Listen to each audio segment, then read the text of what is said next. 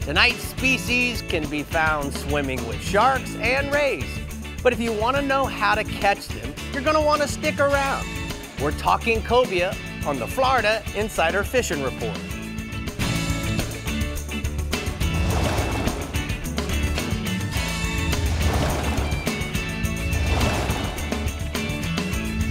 Welcome to the Florida Insider Fishing Report, powered by Harbor Trucks and presented by Yamaha. You are now watching the Florida Insider Fishing Report, and we are here to bring you weekend reports. I'm Bree Gabrielle, and this is Captain Rick Murphy, and this week it's all about cobia, which is not only a fun fish to catch, but a great fish to throw on the grill too. How about you, Rick? No doubt. And you know, one of my favorite ways to have cobia, Bree, is certainly sushi.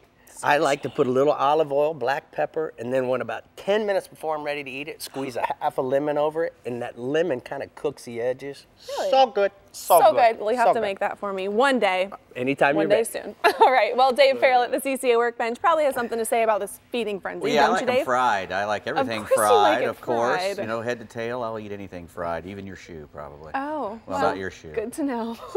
Soft science fried. I just like fried stuff. Soft science fried. I like it. I like it. All right, first up to get us in the cobia catching spirit is Captain Pat Deneen in the Yeti Panhandle region. Take it away, Pat. Hey, Bree, grilled with bacon is the way to go. Grilled with bacon. Anyway, the Panhandle is known for springtime cobia fishing, and locals have scheduled the year-round for as long as I can remember. Typically, the fish show up in early March, and the run lasts through the month of April. Basically, as soon as the water temperatures reach the upper 60s, and our fish migrate east to west along the coast, with the east to southeast wind being ideal conditions as they ride that swell and current to the west. It's a sight fishery, and it's extremely addicting. And historically, some of the biggest cobias in the state, if not the world, have been caught off the Panhandle. And just like any other fishery, it's got its cycles, ups and downs. And unfortunately, we've been in a cycle of bad years, and so far this year is proven to be another one. And, you know, the reasons for the fish not being here are probably multifold, but the reality is the fish aren't here. So this tournament last weekend, there was 20-something boats fishing the tournament. 7 fish were weighed. So hopefully the fish are going to show up. I'm not a pro regulation guy, but the writing's on the wall, and these fish need some help. But with that being said, the fish that are being found, if you find that golden egg, they're a pretty good fish, 40 pounds and up. And there's a photo of Captain Brady Bowman and his crew on the boat up out of Destin with an 81-pounder caught on Friday. So we do have big fish up here. There's just not many of them. All right, what else do you got for us offshore there, Pat? Rick, the triggerfish and also the vermilion snapper have remained a go-to for the Gulfside bottom fishing crews. Both are being caught on structure in the Gulf, primarily in 80 to 150 feet of water on 2-hook chicken rigs baited with cut bait. And after a lengthy closure, the triggerfish are quite plentiful, and they're also extremely good to eat. Drop the lead to the bottom on some structure, either a natural or artificial bottom, crank it up 5 to 7 cranks, and be ready for the bite. You want to use enough lead to stay tight with your bait so you can feel that bite. So, you know, depending on the depth and the current, you know, use your weight accordingly. And a smaller circle that's certainly going to catch more of the fish than a bigger hook. The triggers are running up to and over 5 pounds, while the better vermilions are pushing maybe 3 to 4 pounds. So both of those are extremely good eating fish and plentiful. Moving inshore, springtime is pompano season in the Panhandle. And some days are red hot and some days are not. Basically, it's where you are in relation to the body of migrating fish. Just like most of our springtime fish, they're moving east to west along the coast. Captain Scott Whitehurst of On the Fly charters in Destin, he got on really, really good this past week. He's looking for spots where the outer bar kind of pinches into the inner bar, makes a constriction type of point. A 2-hook dropper rig baited with sand fleas is a go-to bait, but also sight fishing them with a chartreuse or pink jig. With a little bit of color added for appeal is good to go. The pompanos are running 1 to 4 pounds. And then also inside the inshore waters, the speckled trout, they're transitioning from their winter spots to their summer spots. And some good trout are being caught right now. Topwater baits over the mud and grass flats outside of the mouths of the coastal rivers, the creeks, and the bayous have been produced in the early morning hours. Captain Chuck Kemper of Lucky Chucky Charters in Navarre, he's been fishing the Sound. And he's finding on the outside of the canals and bayous on the warm days, and then back inside the canals on the colder post-front days. So basically, the fish are kind of hanging in that in-between spot between the winter and their summer areas. Some of the biggest trout of the year are caught in April and May, with 20-plus inch fish being caught. So this is a good time to go out and find some good speckled trout. All right, Pat Tar, thanks for getting us started with the Yeti North Panhandle region. We're going to go ahead and take a look at the blue water outrigger hotspots from the Panhandle region. He says offshore, once again, it's the triggers and the vermilion over the Gulf structure on chicken rigs, free line, live baits for kings, and then inshore, the potholes in Port St. Joe Bay for flounder. Make sure that you fish slow on the bottom with bull minnows or maybe a paddle-tail grub, Bree. All right, let's talk more about some cobia fun runs in the East region with Captain Mike Holliday, which are supposed to be over, but it's running late this year, so don't you dare go out of the inlet without at least one rod rig for cobia, right, Mike?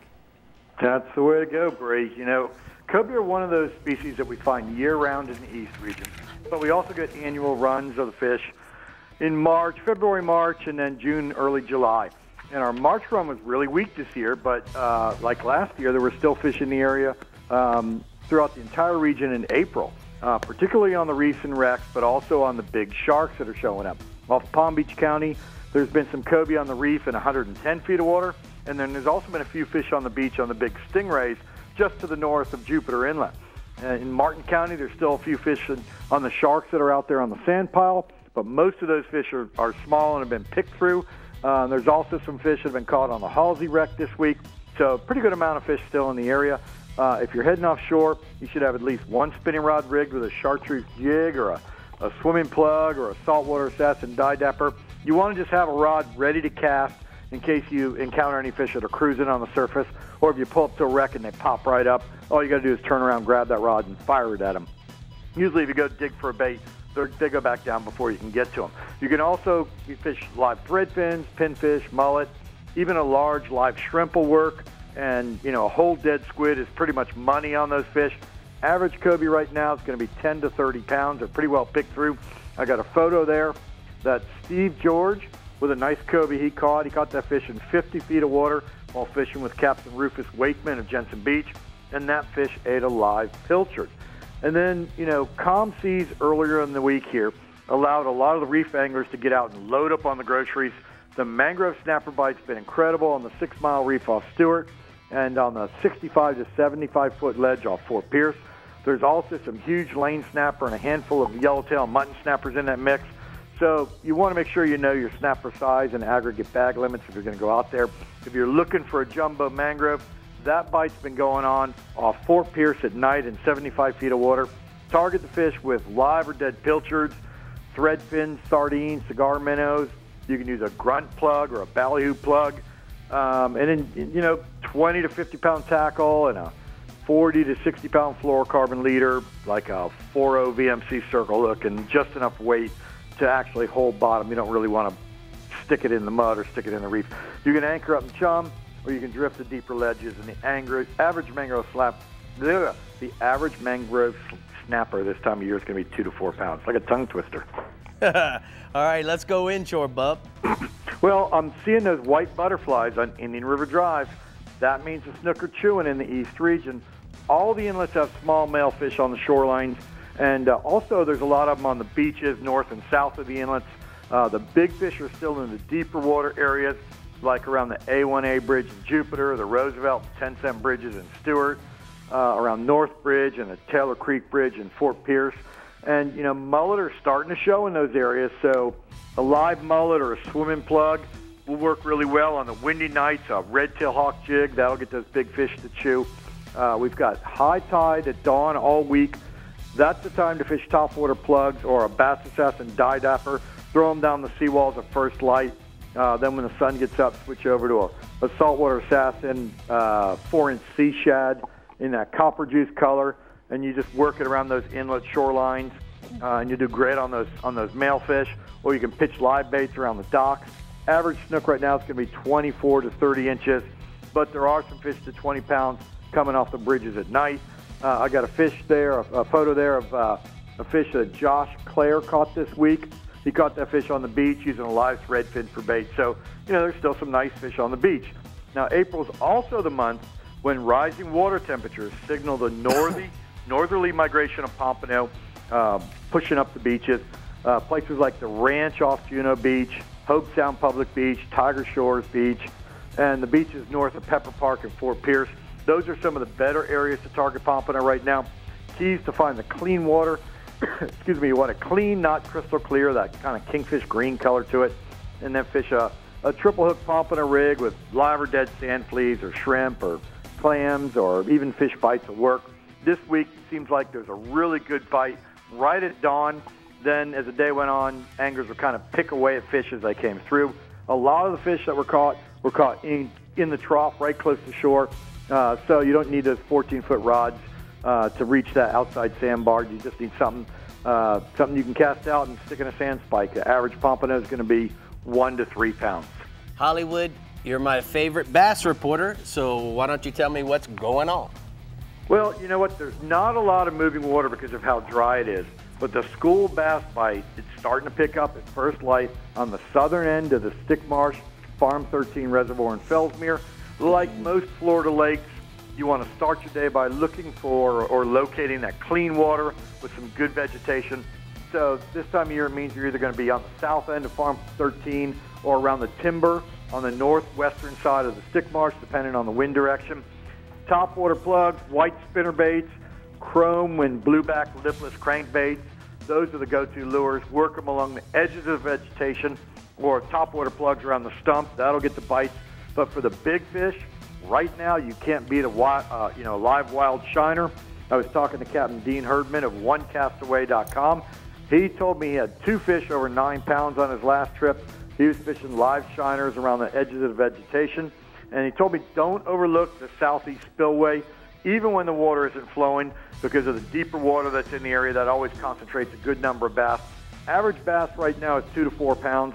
And if you're going to be out there and you have a canoe or kayak, that Fellsmere Reservoir is also producing a lot of bass and has almost no fishing pressure because of the lack of access to big boats. So, bass action is getting hot on the Fellsmere grade. All right, Hollywood, thank you. Great report. We're going to go ahead and take a look at the Atlas Jack Plate hotspots from the East region. Offshore Mangrove Lane, vermilion snappers in 80 to 100 feet of water off of Juneau Pier. Sardines, cigar minnows, and squid on the bottom is going to work for the snappers. And then inshore, Jack Creval's jumbos to boot.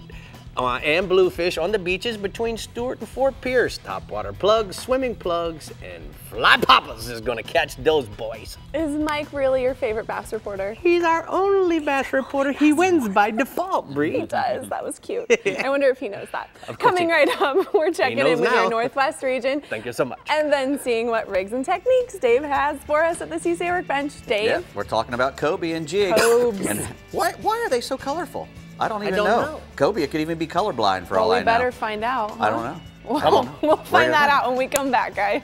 They're pretty. The Florida Insider Fishing Report is brought to you by Harbor Trucks. Visit harbortrucks.com. Yamaha. Reliability starts here. Contender Boats. Always in the game. SiriusXM Marine. Weather, fishing info, and channel surfing. Daiquiri Deck. Sarasota's favorite place to meet. And Sea Sucker. Get pumped. Harbor Trucks features the largest selection of new and pre-owned trucks in the country, an on-site towing and test course, and a team of truck specialists. Come line up every make and model in one location and find the truck of your dreams, or we'll build it custom for you. Harbor Trucks, hassle-free buying, and low, low, low prices. Check us out now at harbortrucks.com. or 2 miles off I-75 in Port Charlotte, Florida. Meet the water's lightest 25 horsepower 4-stroke, the all-new Yamaha F25, the new standard and 25 horsepower portable 4-strokes. At just 126 pounds, it's got the best power-to-weight ratio of any 25 horsepower 4-stroke on the water. With performance that bests the previous Yamaha F25 and features like Yamaha's BTS for precise trolling speeds, batteryless EFI, built-in resting pads, and carry handles, it's the perfect portable power for small boats.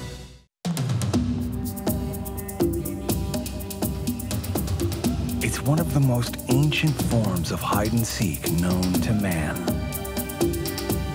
And nobody knows how to play the fishing game better than the backcountry guides and offshore captains of the Florida Keys and Key West. ready or not, here we come.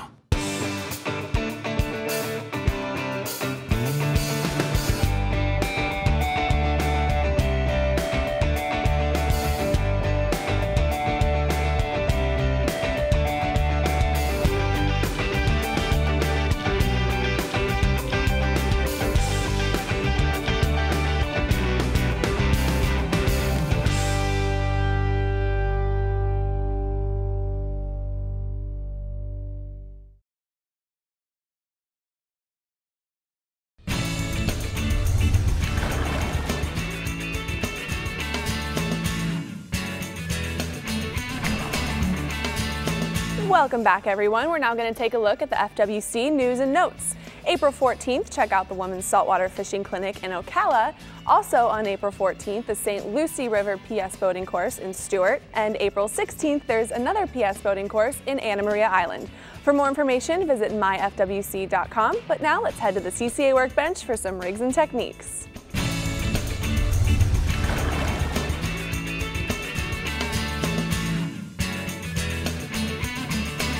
So we're here at the Academy Sports and Outdoors Rigs and Techniques, and at the CCA workbench. That's hard to say. We talk about it every week. Yes, we do. But we have a special guest, Yeah. Sarah Malia.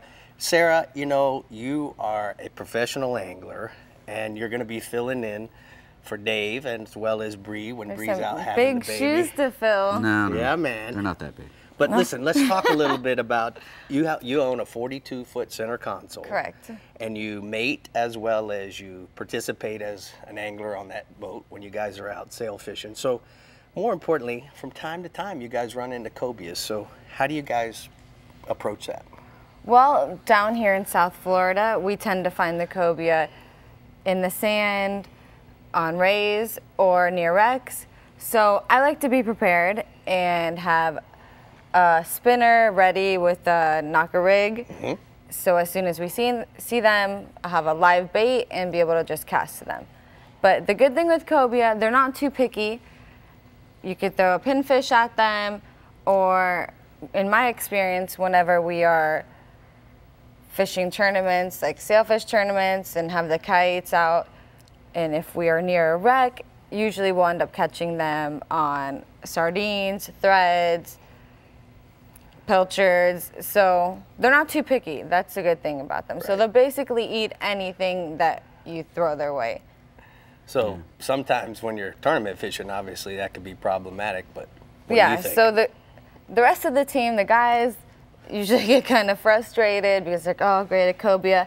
But secretly, I'm like, yes, because they take a lot longer to catch. They, yes. You know, they're harder. They fight harder than a sailfish, exactly. especially if they're big. Yeah. And then you're eating up all your sailfish time. But as soon as I catch wind that it's a cobia, I'm like, yes, like, very happy because I love catching cobia. We're gonna eat them. Exactly. Well, it's the same. You know, where we live, we up at Cape Canaveral, where I fish for them. The water's a lot darker and greener, so you know we look for them, but we're usually looking for the stuff that they hang around with. Cobia are kind of like a remora, you know, they like to hang around big things that are swimming in the water. Whale sharks, a big bull shark, you know, cobia will follow them. The rays, the manta rays especially, even a school of cownose rays, they will be with them. They're social. Even they like to hang out with something big. And so, you know, we look for the big things, you know, turtles, especially up where I live, and the manta rays, or just a weed line. Up where I live, you know, the weed lines will come in and we'll just run up and down the sides of the weed line until we see them. And we can usually see them in the water because they look like a shark. You know, they're dark colored. Exactly, always. They're always, people mistaking them for sharks if they don't know what they're looking at. So, you know, you throw a jig at them. What are you doing trying to catch that shark? Well, no, that's a cobia. We want to catch him. So, you know, what we do is we throw a jig, usually a really colorful jig. Like I said before in the tease thing, you know, we use all these chartreuses and oranges and pinks and all these bright jigs. I haven't really researched it. I don't even know if a cobia can see all these different colors. Well, the good thing about these different colors is that we can see them. And when we make these long casts, we can see our jig and we can see the cobia move towards the jig. Mm-hmm. And it helps us if we can see the jig too. Right. So I imagine that, you know, somewhere along the line, somebody caught one on a chartreuse and started throwing it all the time, and that's what we do.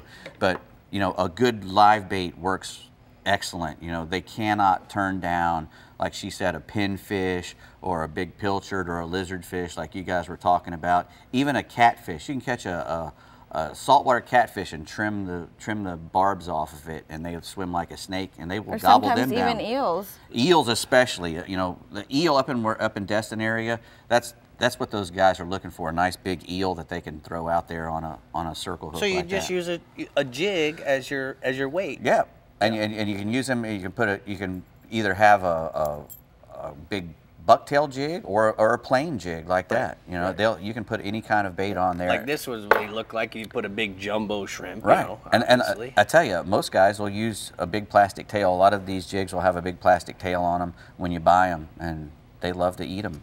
So, you know, it's good to throw them. You can catch them all the time. So Dave, what else do we need to know about cobia fishing? Well, you know, you got to be careful that you don't get too close to the shore up in the Destin area. You know, Patty was talking about how, you know, they got 2 bars up there, and sometimes they're in the inner bar and sometimes they're a little further out. But every year somebody gets in trouble up there. They're looking, you know, ahead and not paying attention, and if it's a little bit rough, you can get in deep trouble and get washed up on the dang beach up there in that place. Usually up here where we fish, we're fishing a lot further offshore, so we don't have to worry about that. We're just trying to find them, and that's the hardest part about cobia fishing, is finding them. You know, Patty said, you know, they're having a bad 3 or 4 years, and I think that we might have been hammering them pretty hard here lately, and they might need a little help. And the other thing with cobia, they're notorious for going absolutely bananas once you gaff them. About it, yeah. So make sure you have a place to put them. Exactly. Yeah. So we like to have a game plan, have everybody on the same team, like on the same page. As soon as you gaff them, that everyone should know what box, what hatch it's going to go into, because they'll get on the boat, they'll go crazy, break things, hurt people. Yeah. And especially the big ones. Exactly. Hey, good job over here, Yeah, guys. no worries. Sarah, we're going to wish you luck. Next week, you're going to be in Key West fishing in the final sale. We'll be rooting for you here at the Florida Insider Fishing Report. Bree, what do you think? Yes, we will. You guys did a great job. Thank you, Sarah, for being here and filling in for both Dave and I. Next up, our cobia hotspots is Captain Jeff Hageman from the Flagler Construction Northwest region. Jeff, tell us what's going on over there. Well, the cobia in my region can be found pretty much throughout the entire region, both inshore and offshore. They can be found. Power plants in the wintertime is a really good place to start looking. Spring and the fall months, they can be found around channel markers, on the backs of turtles, stingrays, or even offshore. They can be found on high relief structures, like you guys were just talking about. Variety baits they eat: pinfish, pigfish, tail hooked. Under a cork is a hard for a cobia to turn down. When sight casting, one of my favorites is either a tail hooked jumbo shrimp or a manna shrimp on a jig head, or a 10-inch black eel that Dave was just talking about. We throw a lot of those, and they'll include in Tarpon Springs too, around the power plants when we're chasing them around. Another thing I like to do, you guys didn't really mention, but we can actually chum our stingrays up instead of chumming the cobia and get the cobia come to us. So we'll actually go to an area where a lot of stingrays are, and we got a lot of broken bottom, and we'll actually chum the stingrays to us, which brings the cobia that are swimming with them on their backs to us, and then we can pick them off with either a shrimp on a jig head or a pinfish under a cork. That's another great little tip to catch them on. They get on the backs of rays quite frequently in our area. But moving offshore, Captain Harry Connor of Hook'em Harry Charters out of St. Pete reports right now the kingfish are starting to really go off on the hard bottom of artificial reefs, anywhere from 30 to 70 feet of water throughout the lower half of the region right now. Fast trolling spoons or Magnum Rapalas are working really well, or slow trolling live baits like thread fins, blue runners are both effective.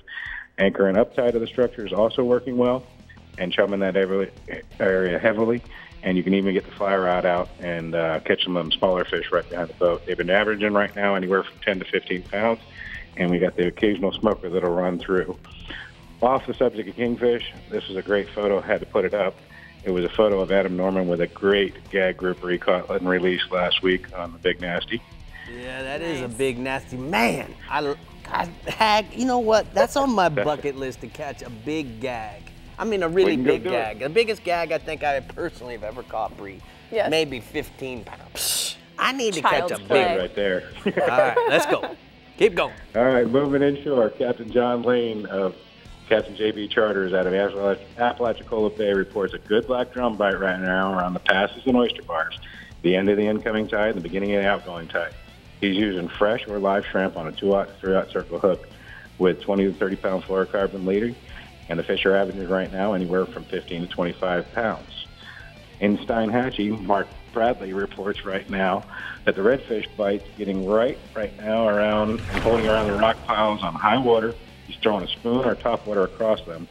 If you're looking for those bigger reds and trout, make long drifts across the potholes right now on the flats in 1 foot to 2 feet of water. And he's using a live target scaled sardine, number 3-inch suspended bait. And that, he said that's been the ticket right now and been really good, working good on those fish and doing a great job. Also, Captain Jimbo Keith, the saltwater assassin, fishing charters out of Cedar Key, reports the trout flout seems to be on fire in that 2 to 4 foot of water, so it kind of continues down. And either the incoming or outgoing tide, he's using a B52 super sounder cork with a saltwater assassin she shad tail on that 1/4 ounce jig head. And Captain Jordan Todd of Saltwater Sessions out of Cedar Key reports the same thing in that 2 foot to 3 foot. And I got a couple photos there of some nice drum and a nice redfish courtesy of Captain John Lane and Captain Jordan Todd. Hey, what's all that? You stretching? Yeah, man, what's up? You okay? You ain't having a heart attack on me, are you? I was trying to take a breath. You said to keep it tight. I was trying to keep it tight. All right, man. Thanks so much. We're going to go ahead and take a look at the hot spots from the Flagler Construction Equipment Northwest region. Offshore, kingfish on most of the artificial and hard bottoms. Live sardines, slow trolled, have been very effective. And then inshore, redfish on the top of the tide in the beginning of the outgoing. Use live and dead baits, Bree. I like what he said about bringing the rays to bring coves. That's cool. I have never heard that. Way to go, Hag. Way to go, Hag. That's a new one on me, baby. Yes, wow, that's something to say Dave, right there. too. I looked over at Dave and he was wooing. He was wooing. Like, oh. Wooing to himself. That was good, Hag. All right, we're checking in with the Keys and Southwest regions right here on the Florida Insider Fishing Report, so stay tuned. We'll be right back. The Florida Insider Fishing Report is brought to you by Power Pole, Swift, Silent, Secure, Bass Assassin, and Saltwater Assassin. The best lures, period. Blue Water Outriggers, everything for your outdoor adventures. The American Fishing Tackle Company, any fish, any water, since 1958. Costa Sunglasses, see what's out there. And Casa Vieja Lodge, 5-star angling in beautiful Guatemala. I'm Captain Rick Murphy, and I'm a life member of CCA. Why am I so involved with CCA, you ask? Because I want our fisheries to be in better shape for my kids and their kids. CCA is working to ensure the future of recreational fisheries and the rights of recreational anglers. The future of fishing starts today with you. How do you want to leave things with your kids? If you're like me, you'll want to make the right choice and go to joinccaflorida.com right now. As close as you're going to get to a sure thing for catching billfish is Guatemala. They're here, man. This has been a 20-year run, buddy. These things haven't left. There's no cycle. When it comes to sail fishing, this is the real deal.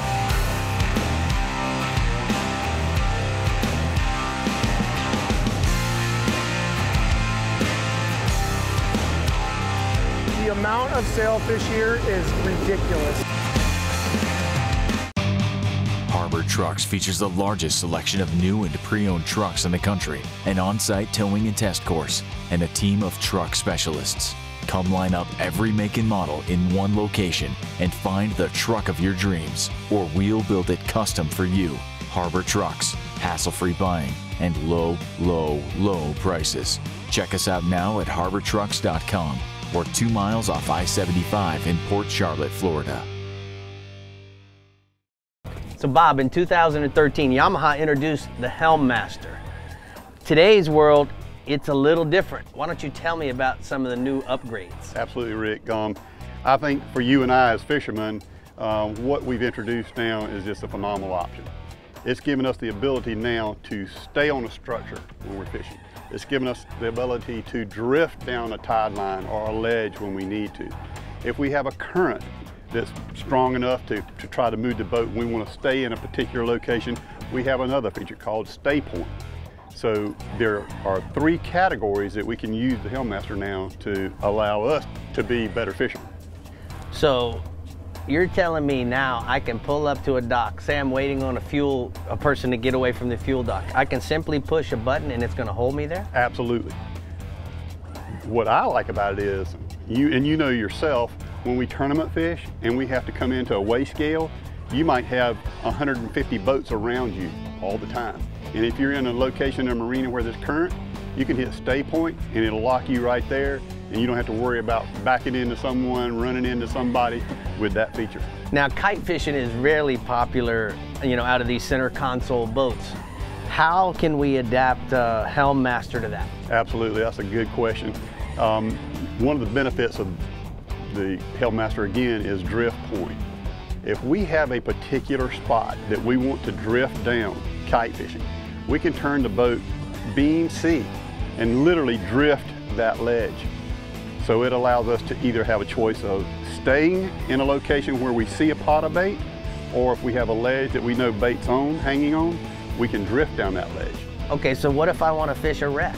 Do we have something for that? Absolutely. If you'll notice in the background here, we have an old sunken sailboat. And I know that there's snapper under there and maybe some triple tail or something, and I can get close enough to that vessel, depending on the wind and the current, and hit stay point or fish point, and it will lock the boat down and keep us right there over that structure so we can bottom fish on it. So if you guys have any more questions about Hellmaster, simply go to YamahaOutboards.com. All right, guys, Captain Randy Tao is live from the Keys with your weekend report. So, Randy, let's hear what's biting down there. Hey, good evening, fish fans. Cobia in my region is a great fish to catch right now. Springtime, we catch them on the Atlantic, we catch them in the Gulf. You hear me talking about the different techniques that you use. And if you're going to fish in the Atlantic, most of the time you're going to find these fish on stingrays that are cruising the white sand, and a tuna tower on your boat's a big advantage to look down into the water and see the ray and see the cobias on them. Now, not all of us have a tuna tower, so we got to rely more on our buddy with one or getting lucky and finding these fish on the surface. Now, structure, just like they have in the Gulf on the ocean side, you might find them floating around there, or you might be bottom fishing and catch one. I like to use live bait like a pinfish or a pilchard. My favorite is a grunt, and that's a great cobia bait. Now, if you're going to go to the bayside or in the backcountry, a lot of those fish you can't see. The water's dirty, so you can't really see them, but they will come to the surface, and a lot of times they hear the sound of your motor, and they're curious about that sound, and they'll swim right up to the back of the boat, and you really want to be prepared. That's the name of the game, to really capitalize on catching several of these, because when one swims up, he might have 4 or 5 buddies, and if you got rods ready, you can hook them all up at the same time, and it looks pretty good. Just like this photo I have with my angler Stevie fishing with Captain James Simsick with FLA Keys Charters at a marathon on a recent cobia trip they had. All right, what else? Go ahead, Randy. I'm sorry. The blackfin tunas are biting on the hump. This time of year, we've got several humps offshore Islamorada and Marathon. They're all holding right now pretty good.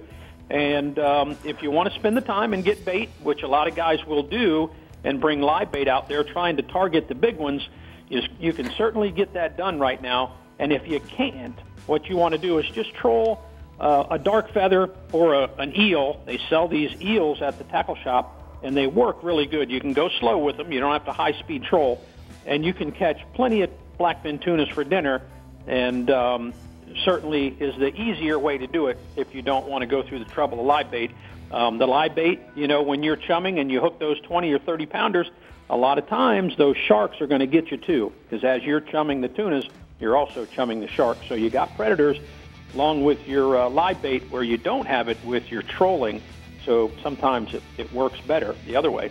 But I've got a photo of young Lauren Dunn was fishing with her dad, Patrick, with a nice tuna she caught the other day. All right, great picture, Randy. Thank you so much. What do we got inshore, Bo? The permit fishing's been really good. A lot of the flats guides around here told me on this last moon we had about 10 days ago, permit fishing was really good up on the flats. And this is also a time of year where they spawn. So you'll find on some of these deep water wrecks in the backcountry and also on the ocean, you'll find schools of fish that might have 500 permit in them, and you'll see them flashing. Depending on the chop in the water, you might see them up on the surface with their fins out. But either way, it's a pretty good time right now. A live crab's going to get the job done, and I know a lot of the guys that have been on the flats. You know, these guys are sight fishing, so they're not big schools, and they're casting to kind of single fish. But Captain Brian Cohn, his boat is the Contagious out of Robbie's Marina in Islamorada. He sent me a picture a couple days ago with his angler, Russell Bailey, and his mate, Daniel Adelis, with a 49-inch permit to the fork of the tail they caught on a shallow wreck. How big a permit do you think that is, Randy? Really big. 40? That's a 50-pounder. Yeah, I think you're right. Closer to 50 than 40. That's awesome. All right, tell me about the tarpon fishing. We're at the beginning of the season. What do you got? You know, we're just on the front of it. I've had some tarpon trips where I didn't catch them, and I've had some the last few days where I did catch them. Everybody's starting to get in on it right now. There's a few in the backcountry. They're mostly around the bridges right now. And for the fly fishing guys, it's pretty good in the backcountry, but not so much on the ocean yet. They haven't started moving up and down the coast like they're going to. I'm sure in the next week to 10 days we're going to see a lot of fish cruising the ocean side. But for right now, guys around the bridge are doing pretty well. Live mullet is the key right now. Always early in the year, live mullet is your best bet. Now, you can buy them. There's a couple of boats that are in the water. It says live bait on the side. You can buy them from those guys.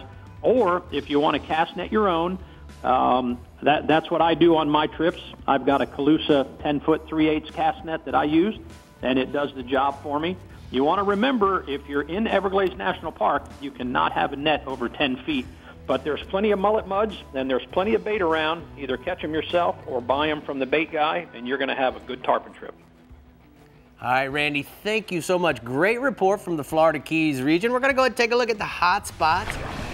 Our friend Randy says offshore blackfin tunas fished offshore humps with live bait for big ones and troll small dark feathers for the dinner-sized tunas.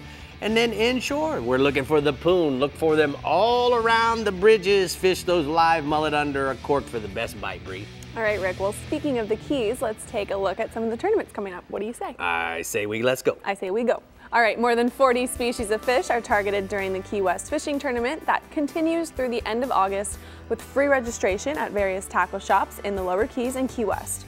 Participating anglers receive certificates noting their catches or releases and qualify for a variety of prizes.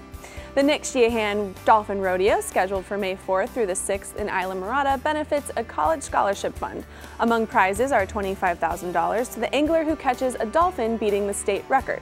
Over $30,000 in cash and prizes awaits anglers at the Marathon Offshore Bull and Cow Dolphin Tournament, May 4th through the 6th in the Middle Keys. The 4th annual Skipper's Dolphin Tournament is set for June 1st through the 3rd. First place team is to be awarded $20,000 in cash with additional prize monies given for 2nd through 6th place. Well, how about that? How about it? How about it? Now let's check in with Andy Newman to see what featured tournaments are coming up. Well, hi guys. The Florida Keys are famous for sailfish in the late fall and winter, especially in the Key Largo and Islamorada regions. But in the springtime, there's a huge push of spindlebeaks off Key West, and that's the reason why Key West hosts the final sale set for April 17th through the 21st. This 4-day challenge is the grand finale of the 4-leg Quest for the Crest Sailfish Series. Team cash prizes include up to $50,000 for first place. More details at bluewatermovements.com, and of course, more information on all tournaments in the Florida Keys, always at flakeys.com. Well, thank you very much, Andy. Coming to you from the Bell's Southwest region is your captain, Ronnie Houston, with some valuable information you're going to want to hear for the weekend. Hey, Ronnie. Hey, Bree. Great to be here and great to be representing the Bell's Southwest region. You know, the cobias can be caught both inshore and offshore all throughout the region on offshore wrecks and inshore. Now, on the offshore side, wrecks, artificial reefs, buoys, and head pin markers are what you want to concentrate on. You can anchor up in these locations and try to crumb to attract them, or simply use large, bright-colored chugging lures, fan casted in the area above the wrecks to attract them. Now, baits you might want to use, live baits such as pinchfish, grunts, redfins, live shrimp, bucktails, a variety of 4 to 6 inch swim baits. One good bait that's really good is the Bass Assassin Die Dapper in the black and gray.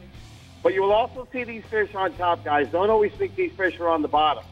On the inshore side, since Hurricane Andrew, a lot of debris to the south are closer to the shore, and the cobias will gather around the inshore side, especially around some of the bigger stuff that's not decaying. But as to the north, Sanibel Stump Pass along the vast amount of inshore flats and sandbar edges throughout that part of the region. You can also find these cobias behind schools of bait, manatees, or raised crews in the area. And these fish can generally be sight casted on top, either offshore and inshore. And I got a prime example of a cobia that was just caught with Captain Mike Avanon on the offshore side, so the cobia bite is up and going. Now on the offshore side still, the kingfish. There's been a great bite right now. Captain Mike Avanon is telling me you want to concentrate in the 45 to 60 foot depth west of Naples, fishing wrecks and open bottom. Now he's telling me on the open bottom, you can either drift blue runners, troll spoons, or troll large lip plugs, but then on the wrecks, you want to anchor up and use live herring and blue runners around the wreck. And I've got another picture of a nice kingfish that was just caught with Captain Mike Avanon. Just to let you know, keep an eye on the forecast for the weekend. Probably by Sunday, some winds out of the south up to 30 miles an hour, so keep an eye on the weather. Now, as I go into the inshore side, I'd like to welcome Calusa Cast Nets to the Hotspot sponsor. Guys, these guys have been around a long time. They build a quality product. I talked to Buster over at Calusa, and he said, anybody interested in getting on a guide program or interested in buying a net, get with Buster. Make sure you tell him Ron Houston and Captain Rick Murphy sent you, and they'll get you taken care of. Now, on the inshore side, the tarpon. Loftman's River to Pavilion Key, fishing points of the outer Gulf Islands, troughs, edges, and looking depths of 6 to 12 foot of water off the outer edges on the lower stages of the tide. Now, you can see these fish cruising the edges, rolling and free jumping.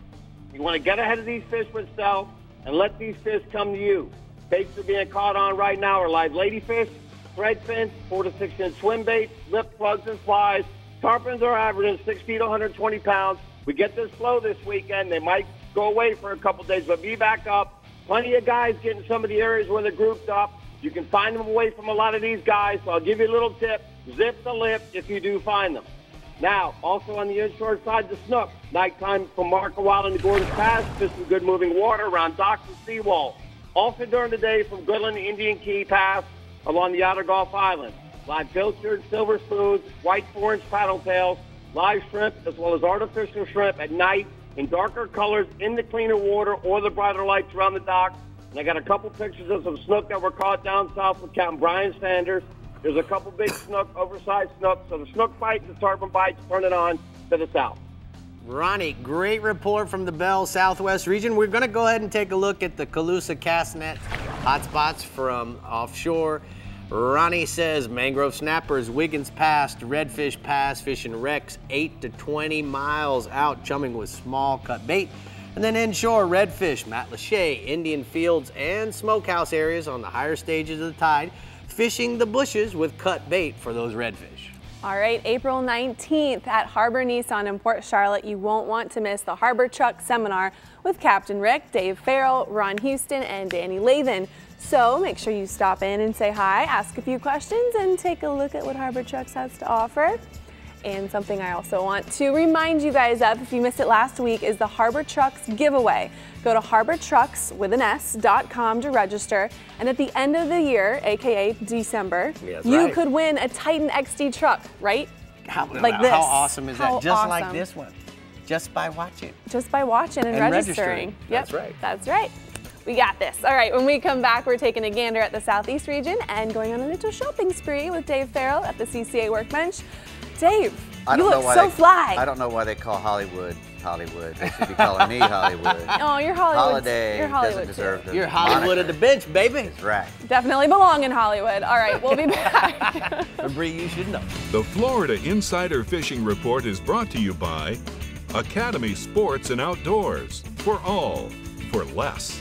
The Florida Keys and Key West. Come as you are. FWC, the Florida Fish and Wildlife Conservation Commission. Soft Science, Supreme Comfort Footwear. Real Legends, exclusively at Bell's. And Maverick Boat Group, makers of premium boat brands Maverick, Hughes, and Pathfinder. Yamaha's 4.2-liter V6 offshore 4-strokes. For those that like their V6 lighter, faster, and stronger. Setting new standards for power, efficiency, speed, and lightweight. Built for the rigors of offshore boating. Packed with Yamaha's legendary reliability. And now Yamaha's 4.2-liter V6 4-strokes offer a choice between digital or mechanical controls to match your rigging preference. Yamaha. Reliability starts here.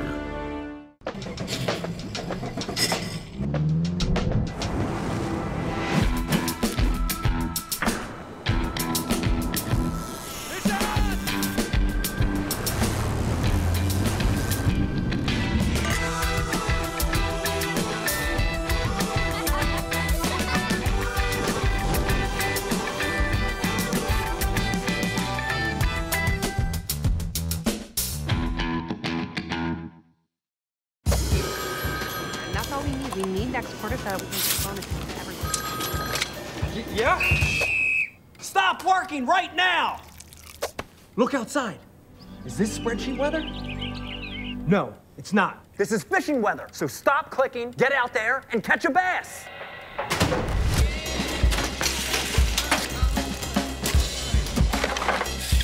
Stop what you're doing and start fishing Rapala ripstop. This is Academy Sports and Outdoors. We offer a huge sports and outdoors selection of top name brand gear like you've never seen. All at low prices like you've never seen. Because we're a sports and outdoor store like you've never seen. Stop by today and see our great selection for yourself. Academy Sports and Outdoors. For all, for less.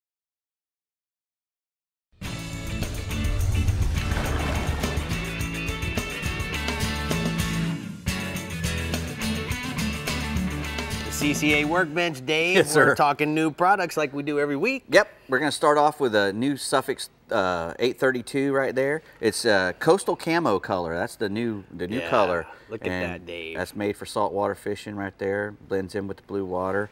You know, they got the R8 precision braiding, and what that is they have 8 fibers in there, 7 Spectra fibers, and then 1 Gore-Tex fiber wrapped around it. So, you know, makes it really, really strong. That's 10-pound test at a 4-pound diameter. I bet it breaks a lot more than 10. I use it all the time. I crank big fish out of some heavy stuff with that stuff. It's hard to break, it really is. It's got the enhanced color retention. It's water repellent. It doesn't, you know, doesn't absorb a whole lot of water, so it stays really nice and loose. Just a really good line. You know, Dave, in the camo, the blue camo, as well as the white Ghost line that 832 makes. I like the white too. Now, guys, I want you to think about this like this. It's really simple. If you go in your pool and you take a strand of braid and you run it across the water and you're down on the bottom looking up, are you going to see blue against blue, or are you going to see olive green against that? Right. Listen, all the birds of prey got white under their wings. There's a reason for it. Yeah. God gave them that way so that they could sneak up on stuff. Yep. And I think for a long time we've been using the wrong color lines. Yeah, blue in the water is really good. It's really good stuff. All right. Well, these are some First Light jigs, you know, from Fort Pierce. This guy makes all kinds of jigs. You know, I believe that one there is called the Sweeper, and it's got a really flat head, and the eye's out on the end, so it'll stay close to the bottom, and with the eye up like that, it doesn't keeps it, you know, from getting into the rocks and stuff.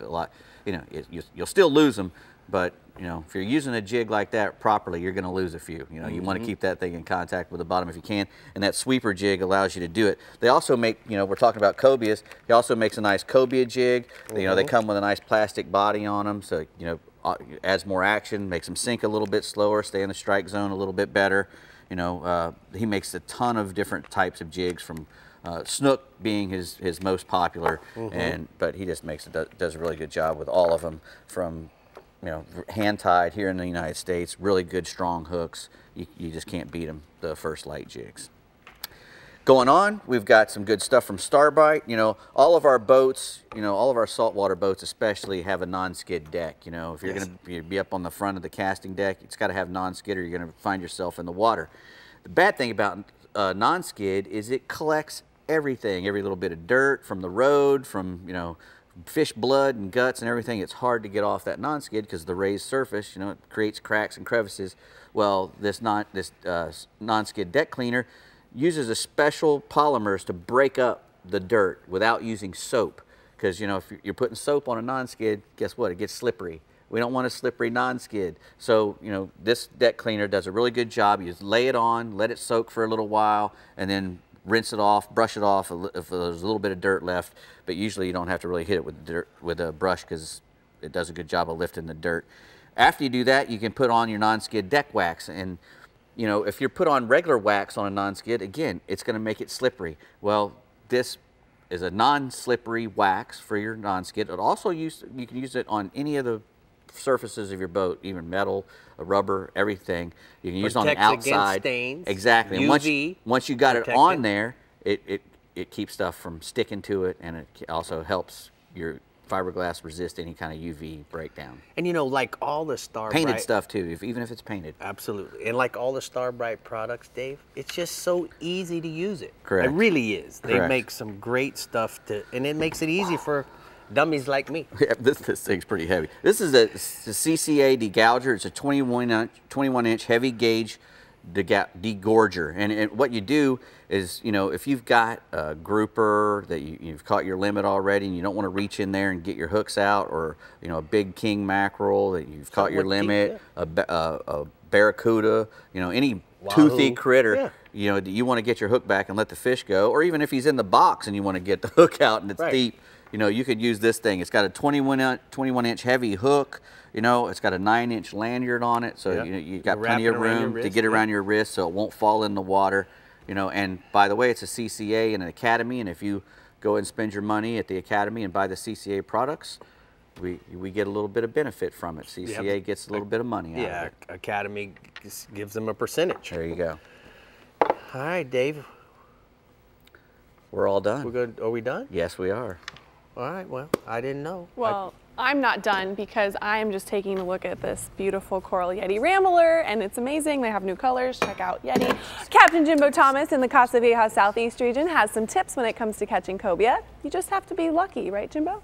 That's correct, Bree. Hey, Dave and Rick as well. But yep, cobia are very rarely a fish that we can target here in the Southeast region. Most of them are just an incidental catch, and it's just a matter of being at the right place at the right time. Now, we do encounter those cobias year-round, but November through May is when we catch most of them or see most of them. And cobia are also notorious for hanging around channel markers and buoys, and sometimes you can see them swimming right up on the surface. Then we also find them around wrecks, and they follow turtles, especially leatherback turtles, stingrays, whale sharks, and they also like to follow big bull sharks for some reason. And they're usually not too picky about what they eat. Some of the more popular baits are live pinfish, grunts, and crab, but just about any good live bait will usually work. Also a jig with a plastic tail and surface lures like Rapala magnums, popping lures, surface lures. That'll work when there's no live bait around. Now, typical cobia tackle for us aboard the Thomas Flyer is a 20-pound spinning outfit with a 50-pound monofilament leader and 6.0 to 7.0 circle hook. The few incidental cobias that have been caught lately, we've been getting them on the deep line and just kind of like out in the middle of nowhere when we're kite fishing, drifting around, we get a bite on the deep line, and it's a cobia. I believe we've caught 2 of them in the last, probably 3 weeks. And you never know when one might pop up on the kite bait as well. And the average size nowadays is in the 25 to 30-pound range, but larger ones are frequently caught. Now, staying offshore, the sailfish have been fairly consistent, especially when the conditions are right. And those right conditions are blue water and north current. And when we see those conditions, we know that the Gulf Stream has moved in close to the shore.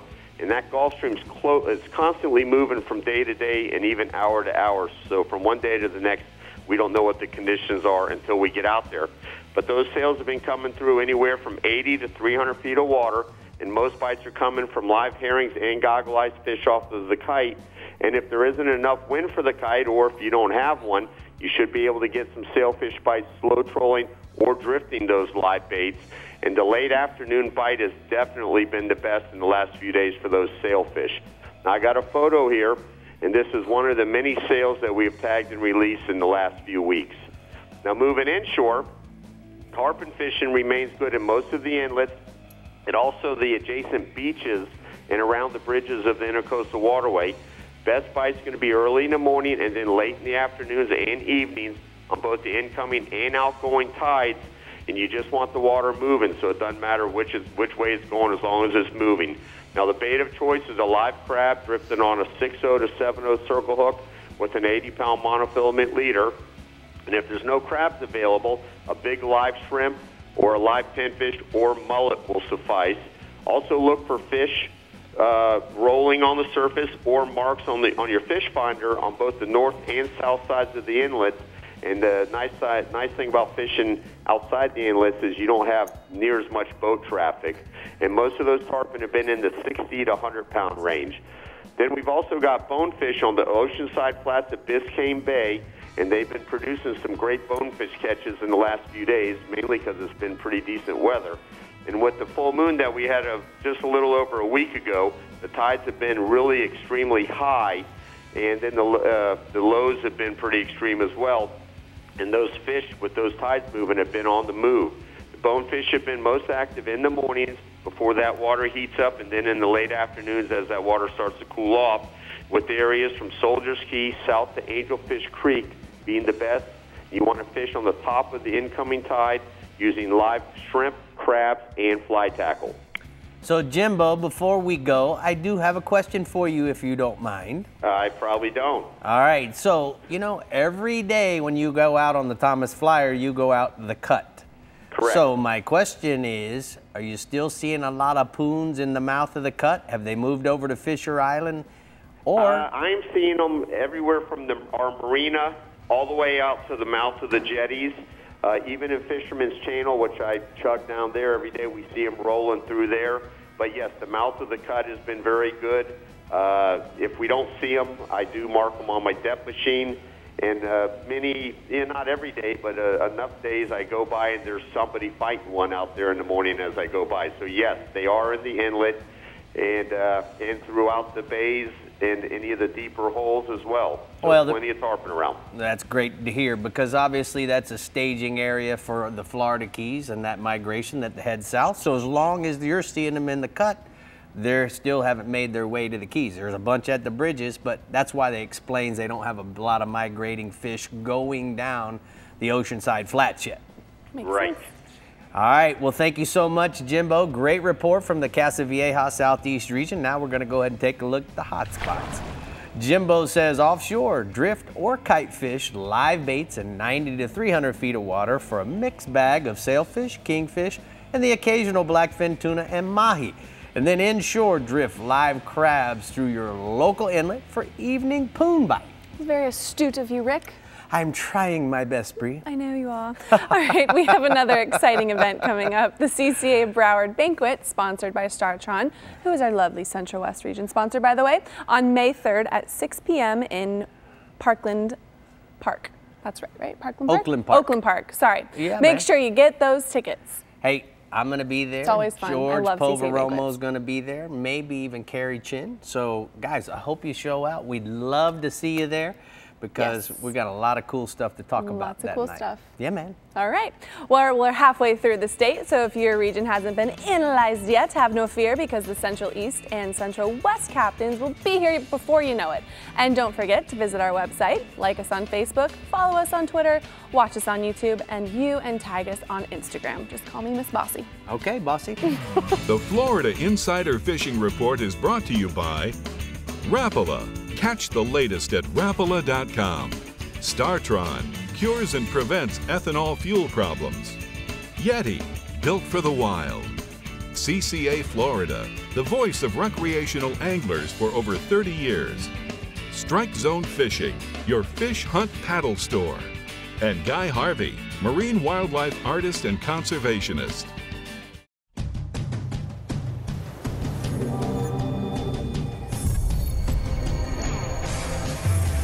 Legends Performance Clothing. Everything you need to be comfortable on the water all day long. Keeps you cool, dry, and protected from the sun. Durable performance technology at an unbeatable value. Shop anytime or go to reallegends.com to find a Bell store near you.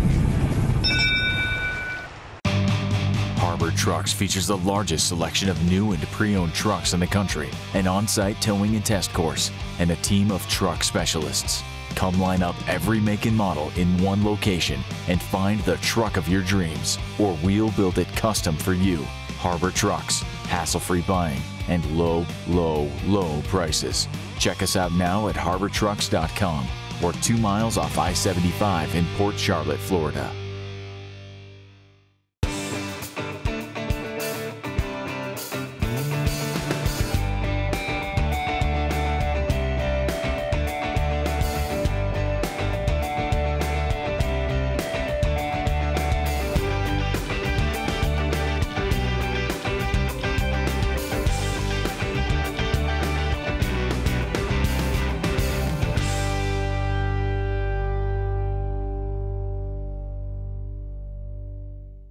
Flagler Construction Equipment is your certified Volvo equipment dealer, servicing 55 counties in Florida. With Volvo, you get brute strength combined with bulletproof durability. That means low downtime and optimal production. Flagler Construction Equipment is the partner for all your Volvo sales, service, and rental needs, and your first and last stop for legendary customer service and support. Push boundaries with Volvo. Get to know Flagler Construction Equipment by stopping by one of our 6 locations, or visit us on the web at www.flaglerce.com.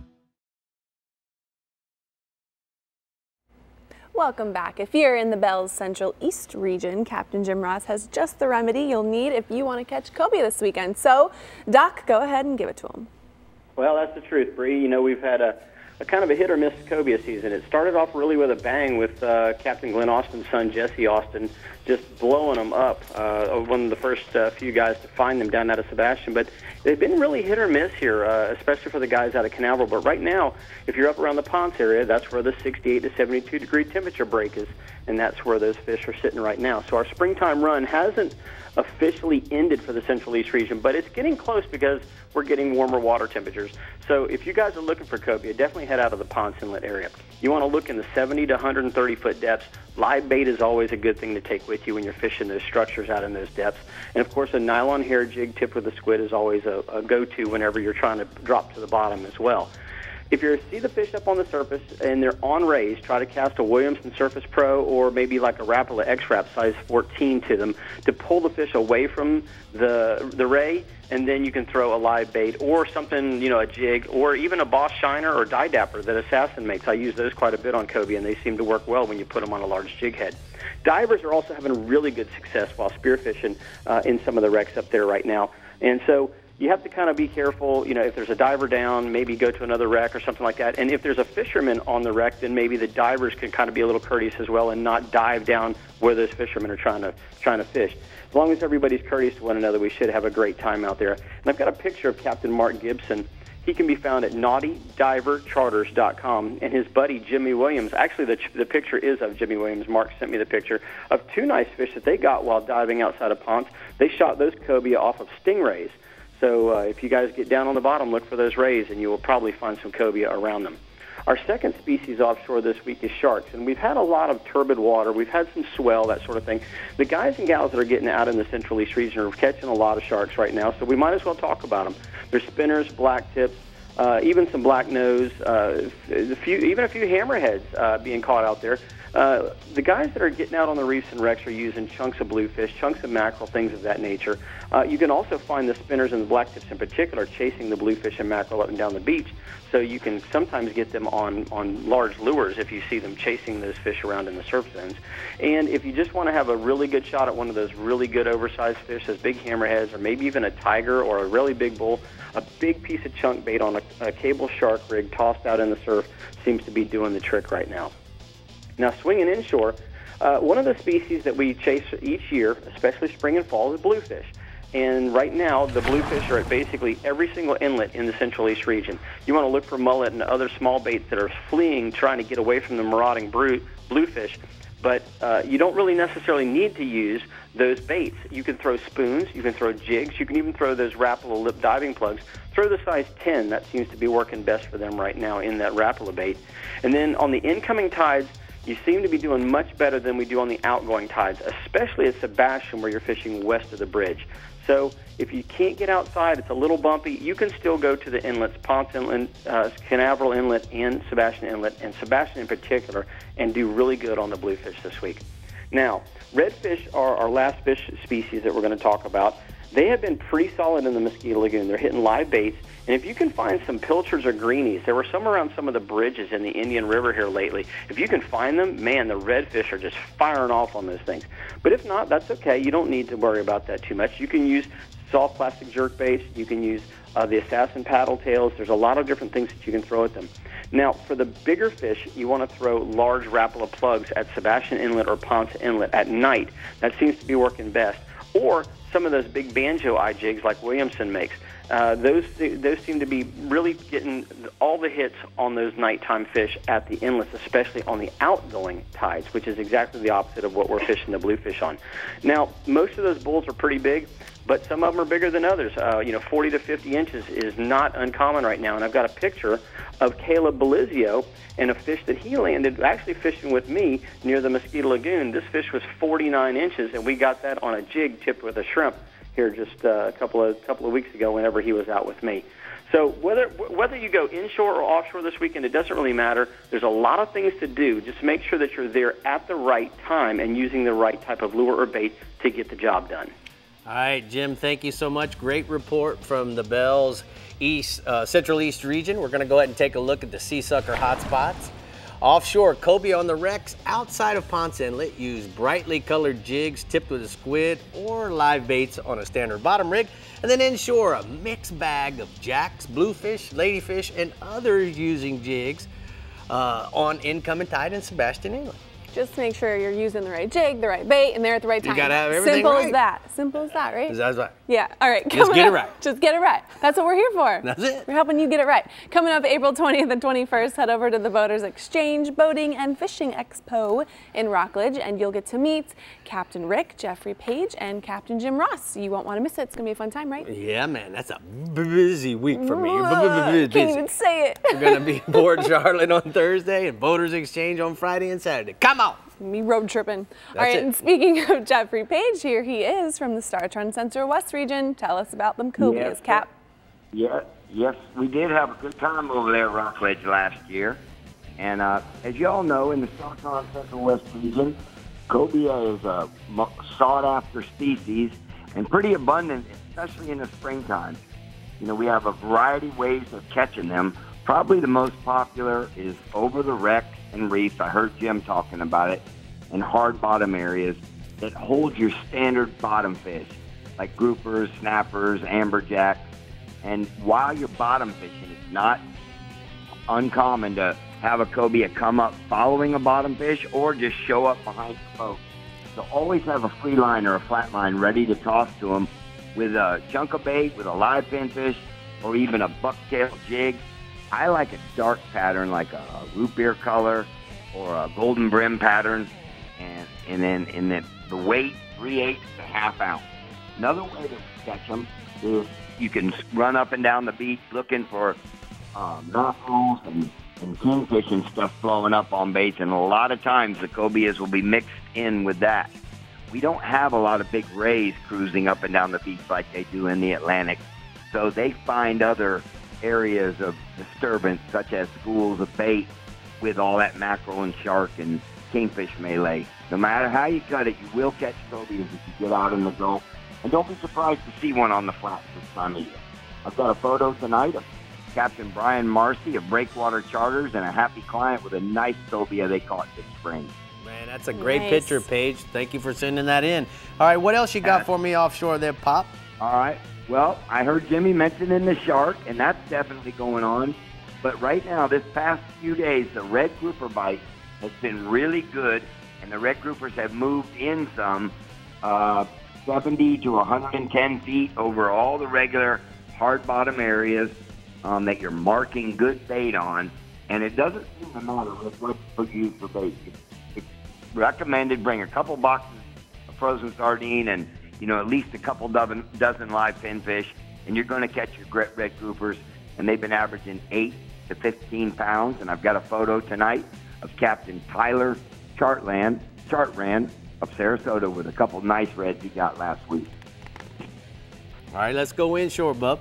Inshore, Rick, I know it's hard to believe, but there is actually a redfish fight going on in the Central West region, and I'm getting good reports from down south, Charlotte Harbor area, on the outer bars in front of Bull Bay, Turtle Bay, and Yosefa Island. There's been fish out there on those outer bars, and what they've been doing is on the higher stages of the tide, they've been pressing up tight to the sand holes and the oyster bars that are on top of these bars, and that's the best time to target them because they're pretty grouped up and together, and you can either throw live bait filters at them, live pinfish.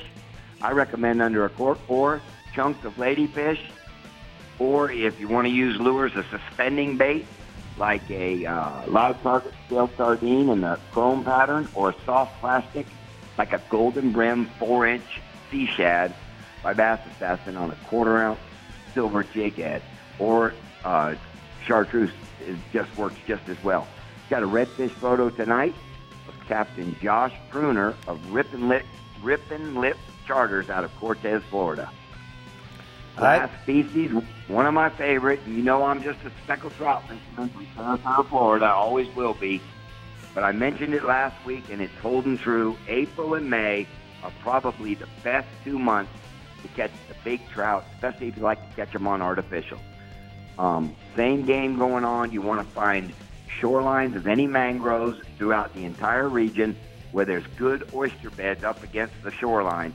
And you want to wait till that medium to high tide to get up there and fish. You can throw topwater lures like the new Hollow Body Mullet, which is made by Live Target. It's a soft, weedless walk the dog bait, or the Chartreuse Bone Skitter Walk by Rapala. Look for the trout being mixed in with a silver and black mullet. And real quick, if you get one over 20 inches, make sure you release it, because it takes 5 to 7 years for that trout to get that big. If you want to eat one, keep one between the 16 to 18 inch class. And I've got a photo tonight of the Easter Bunny herself, a.k.a. Ruby Duarte, with a nice trout she got last week. All right, Captain Page, thank you so much. We're going to go ahead and take a look at the Daiquiri Deck Central West hotspots. Captain Page said offshore permit bite remains strong over the artificial reefs in the 7 to 11 mile range. Live pass crabs is the best bet for bait. And then inshore, snook fishing remains strong throughout the entire region. Fish the higher slack tide around the Spoil Islands and the oyster bars with live pilchards, Bree. All right, Rick, for our last and final region, we are giving you the Northeast region. So keep those lines in the water, and we'll be back right on the Florida Insider Fishing Report. Thanks, Rick. I always need your help sometimes. The Florida Insider Fishing Report is brought to you by Harbor Trucks. Visit harbortrucks.com. Yamaha. Reliability starts here. Suffix. Always use the best line. The IGFA. Fish for the future. Flagler Construction Equipment. Your exclusive Volvo dealer. And Okuma. Inspired fishing. When you're moving a big offshore boat, it's all about thrust and trust. For thrust, nothing compares to the Yamaha purpose-built 5.3-liter V8 Power Pioneer. And for trust, Yamaha's new F350C model becomes the only outboard in its horsepower class to feature a 5-year limited warranty. Never settle for less than complete confidence and control in the open water. That's Yamaha V8 Power. Get the best and forget the rest.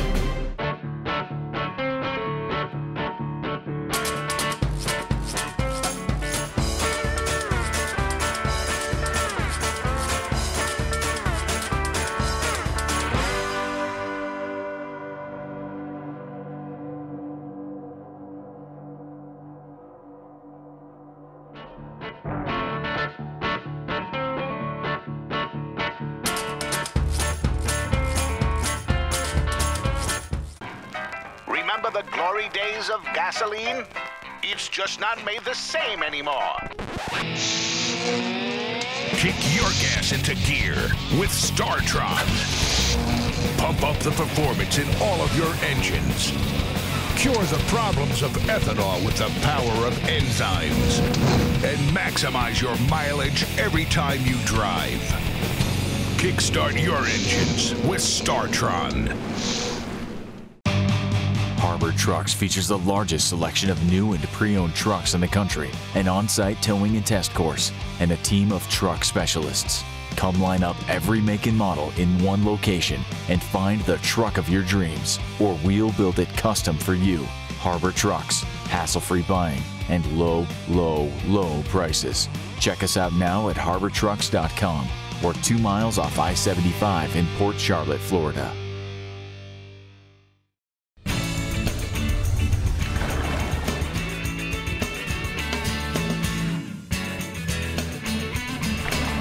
Today's Power Pole tip of the week is about using dual poles. Now guys, I love the fact that with dual poles, I can create total boat control.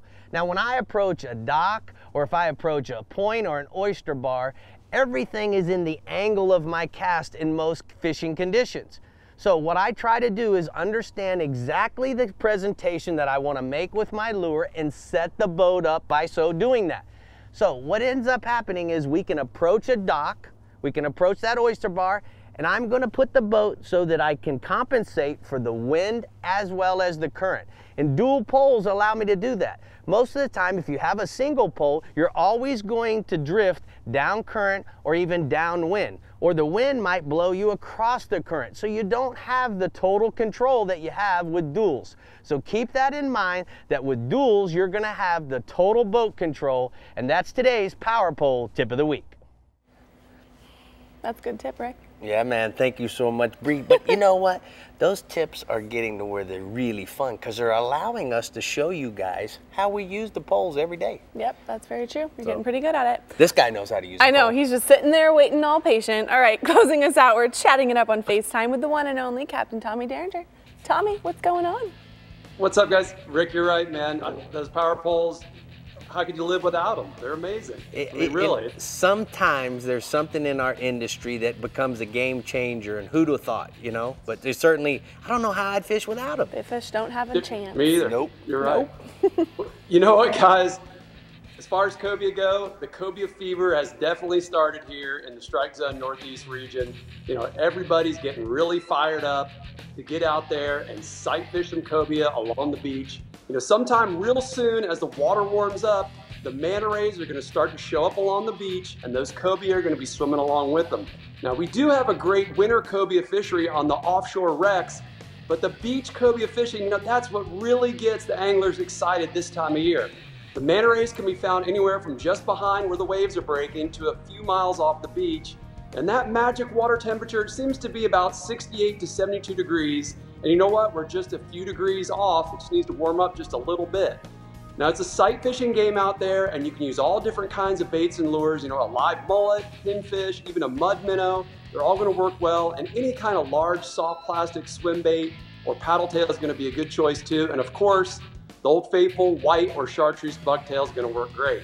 Now, a big spinning outfit with a minimum of 40 to 60 pound test suffix braid, that's going to help drag the bigger cobia away from the manta rays and prevent break-offs, as they tend to swim around the rays' wingtips when they get hooked.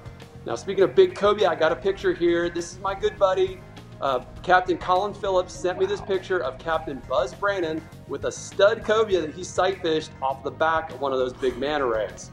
Man, that is a staying offshore, you know, we've got a great blackfin tuna bite happening right now throughout the region. I spoke to Captain Billy Hunsicker from EndlessSummerCharters.com. He tells me they've been catching the tunas in the 10, even up to 25 pounds this week. Now, he's trolling both cedar plugs and rig ballyhoo around some of the bigger rock piles just inside the ledge. He's going to run those baits and the lures way back there, 150, 200 yards, even further back at times. Now, he's going to keep an eye out for busting fish and birds and just make a wide swing so he doesn't spook those fish down. Now, Captain Billy told me the toughest thing about getting those blackfin lately, believe it or not, has been the red snapper. They're coming up to the surface in 150 foot and even deeper to hit those plugs. Now, Billy said it's been hard to get through the snapper to get to the tuna. It's pretty nutty. Now, I also spoke to Captain Jason Hadges from jhotefishingcharters.com, who tells me he's been catching the tuna as well. Now, he's really keying in on the flying fish. Once he finds those flyers out there, he's just gonna drift around that area using naked ballyhoo. And I got a picture of one of his fish. This is Captain Jason's mate, Clay, along with Marty Simmons, who's actually quite the redfish tour pro, with a nice blackfin tuna out of St. Augustine. And if you look at that picture, he even got the porpoise jumping in the photo bomb there in the back left of that picture. Look at that. That's cool, Tommy. Good job. All right, so moving inshore, you know, we still have a great redfish bite happening across the region. The tide is low later in the afternoon this weekend, so that's going to give you plenty of time to get set up in your favorite creek hole. Now, the redfish have been bunched up in those creek holes on the last hour or so of the outgoing tide. A live shrimp or a mud minnow on a 1/4 ounce jig head, just drag it along the bottom of those deep holes. That's going to get eaten by either a redfish, a black drum, a trout on just about every cast right now. They're pretty fired up. Now, the reds are also up really shallow. I spoke to Captain Tony Bozzella from TonyBozzella.com. He tells me he's pulling his skiff into some of the super shallow creeks and the cuts in the Hannah Mills and Saw Pit areas on the low tide. And he's finding smaller groups of redfish, but they're crawling around with their backs out of the water chasing little bait fish and shrimp. And Tony's using a small plastic paddle tail in the golden brim color, or his very own design. He's got this TBS redfish bucktail that's purple and black. It's allowing him to make a really gentle presentation to those shallow fish. Those fish are running 24 to even up to 32 inches, and they're really fun to catch when they're that big and that super shallow stuff. And I got a picture here. This is my man, Breck Sloan, with a beauty of a redfish he caught with me up in a shallow St. Augustine Creek earlier this week.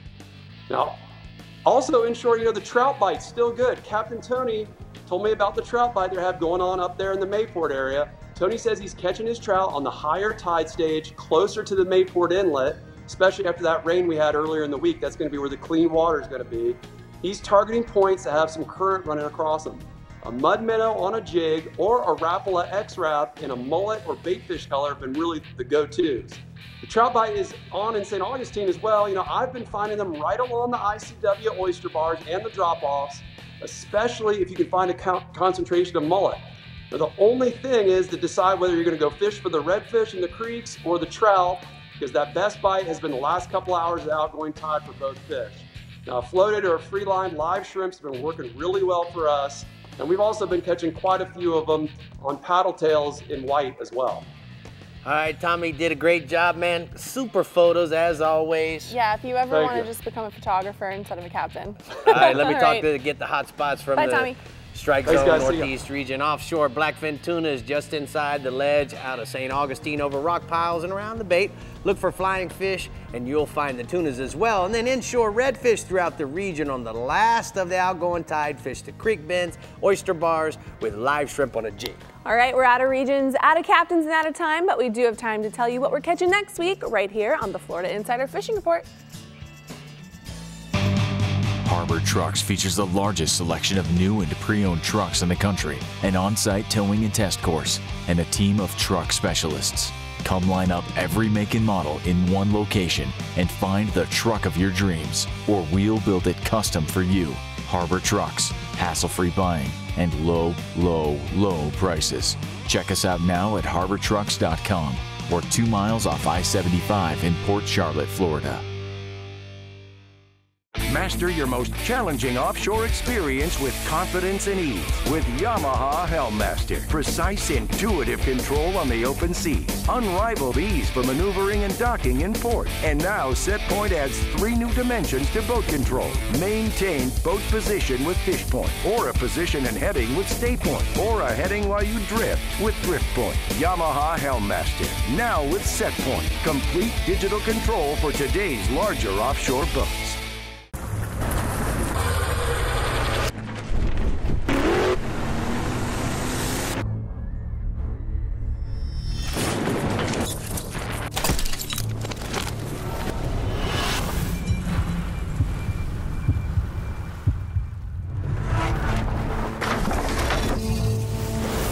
When you're paid to put fish in the boat, you don't mess around with the thing that puts fish in the boat.